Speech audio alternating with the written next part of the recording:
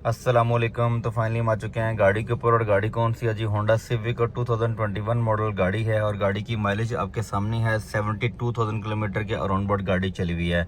तो आज हम इस गाड़ी का क्या काम कर रहे हैं वो कंप्लीट डिटेल आपको स्टेप बाय स्टेप शेयर करते हैं कि गाड़ी हमारे पास किस वजह से आई है और हम क्या काम कर रहे हैं। गाड़ी हमने कुछ टाइम पहले डायग्नोस की थी, तो गाड़ी की जो स्टीयरिंग असेंबली है उसके अंदर काफ़ी ज़्यादा आवाज़ आ रही थी। तो जब हमने गाड़ी को टेस्ट करके प्रॉपर इसका क्लेम जनरेट किया है, तो आज इसकी स्टीयरिंग असेंबली हमारे पास आ चुकी है। वो करेंगे रिप्लेस, कैसे करेंगे, कौन सी स्टीयरिंग असेंबली है, वो कंप्लीट डिटेल आज के व्लॉग के अंदर हम आपको शेयर करेंगे। तो सबसे पहले गाड़ी की मैं आवाज़ आपको सुना देता हूँ। अभी देखिए स्टीयरिंग बिल्कुल स्ट्रेट है, तो अभी आप आवाज़ सुनिएगा।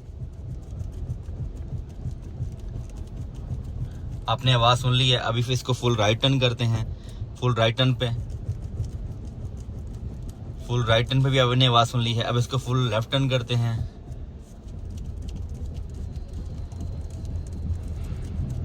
फुल लेफ्ट टर्न के ऊपर भी मैंने आवाज़ आपको सुना दी है। इस तरह से बहुत हल्की आवाज़ आनी चाहिए, लेकिन ये बहुत ज़्यादा आवाज़ कर रही है। अब ये बिल्कुल स्ट्रेट किया है, वैसी ही आवाज़ आ रही है। फुल राइट टर्न किया है, तब भी वैसी आवाज़ आ रही है। तो गाड़ी को करते हैं ओपन। कैसे करते हैं, कौन सा पार्ट चेंज करेंगे, वो कंप्लीट डिटेल आपको स्टेप बाय स्टेप शेयर करते हैं। स्टीयरिंग को लेफ्ट और राइट टर्न करने के बाद जो आवाज़ आ रही थी वो हमने आपको सुना दी है। अब गाड़ी को हमने लिफ्ट अप कर लिया है। इसको फेंडर किट, सीएस किट वगैरह लगाते हैं और इसका जो काम है वो करते हैं स्टार्ट। स्टीयरिंग असेंबली कैसे चेंज होगी, कौन कौन सी चीज़ें ओपन करनी पड़ेंगी और कौन सी वाली स्टीयरिंग असेंबली फिट करेंगे, वो सारी चीज़ें आज के व्लॉग के अंदर हम डिटेल में आपको शेयर करते जाएंगे।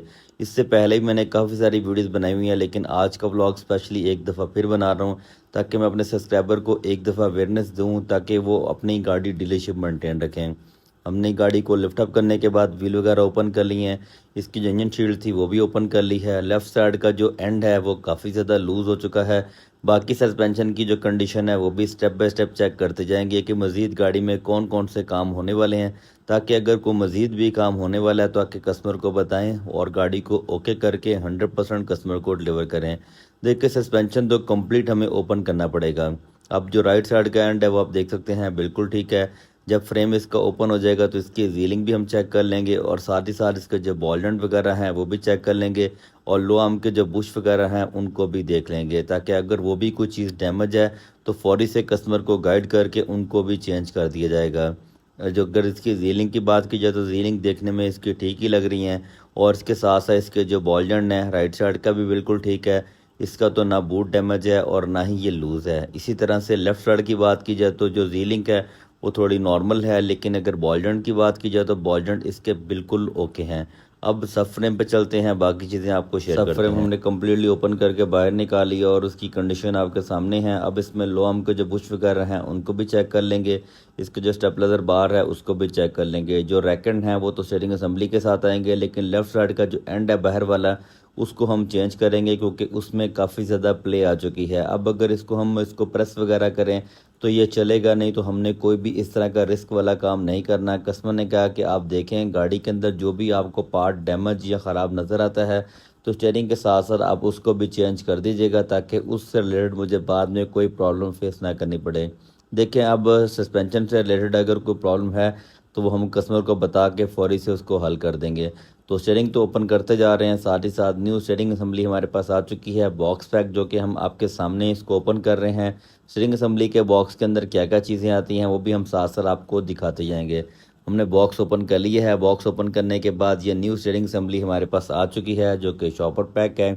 इसको पैकिंग से बाहर निकाल के आपको दिखा भी देंगे कि कौन सी वाली स्टीयरिंग असेंबली हम इसके अंदर फिट करेंगे। स्टीयरिंग के साथ साथ जो टायर रॉड थे वो भी हमारे न्यू आ चुके हैं। इसके साथ साथ इसके बोल्ट वगैरह भी हमें नए मिल जाते हैं जो कि छोटे वाले बॉक्स के अंदर आते हैं। अब इसको हम पैकिंग से निकाल के आपको दिखा देंगे। उसके बाद फ्रेम को हम मोटा मोटा सा क्लीन करेंगे ताकि नई स्टीयरिंग असेंबली फिट करें और गाड़ी को कम्प्लीटली डन करके हम कस्टमर को डिलीवर कर दें। जो पुरानी वाली स्टीयरिंग थी ये है हमारी, जिसमें काफ़ी ज़्यादा आवाज़ थी। अब इसमें आवाज़ दो तरह की थी। एक तो खड़ी गाड़ी को जब स्टीयरिंग आप थोड़ा सा लेफ्ट राइट मूव करते रहे तब भी टक टक की आवाज़ आ रही थी, और साथ ही साथ जैसे जब थोड़ा सा गाड़ी को अननिमन रोड पे लेके जाते तो तब भी गाड़ी में काफ़ी ज़्यादा स्टीयरिंग की नॉइज़ थी। तो इसीलिए क्लेम जनरेट करने के बाद इसकी काफ़ी टाइम तो वेट करना पड़ा, और लेकिन स्टीयरिंग असेंबली जो है वो फाइनली हमारे पास आ चुकी है। हमने कस्टमर को कॉल किए कि आप गाड़ी लेके आएँ और आप स्टीयरिंग असेंबली फिट करवा लें।